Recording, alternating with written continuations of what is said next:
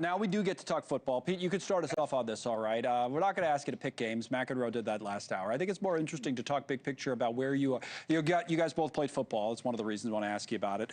NFL, it's amazing to me how much bigger the NFL is than literally anything else in this country that people pay attention to or watch, right? And now they're playing in Brazil. They're going to fill up a stadium down there. What do you make of all of that? They're trying to make the game global. It looks like. Yep. You know, years ago, you'd say football's just American, but not anymore.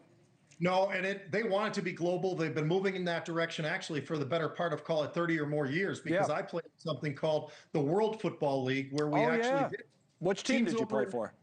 I played for the Sacramento Surge, and we won the whole championship on the second year. It was really a lot of fun. And that is in a different country, right? California? Yes. You're right about that.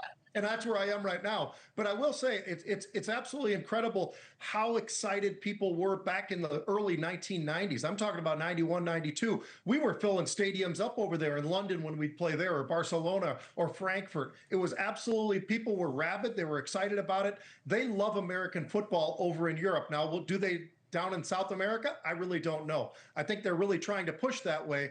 And it's kind of interesting, but I don't know that we're going to ever be able to field teams that are down there that would be a part of the NFL. I think it'd be very difficult. The travel itself makes it tough, but you know what? We did it when it was just Europe, and that wasn't that bad. And obviously we see Europe being something that colleges are doing a lot. The NFL is doing a lot there. So they want this whole thing to be global on the football side. What do you make of it, John?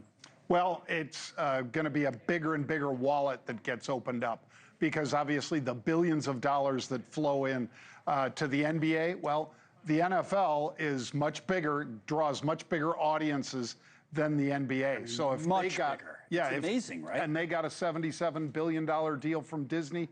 I think Disney paid up way too much, Pete. But football, that's something that really does put eyeballs on the screens, and that's what everybody wants. Live sports, that's what advertisers want. That's what the NFL is going to get richer from providing it. And Europe, that's the easier move than, like you and Pete just said, South America. You guys still watch a lot of football? Oh, yeah. And I love college football, too. Who's your team?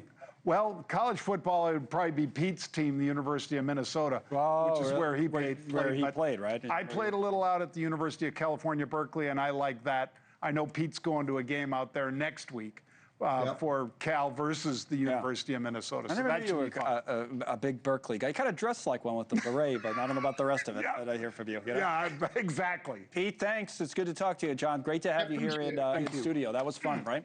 Thank you for watching. Subscribe below and download our NewsNation app right now on your phone, and you will get fact-based, unbiased news for all Americans.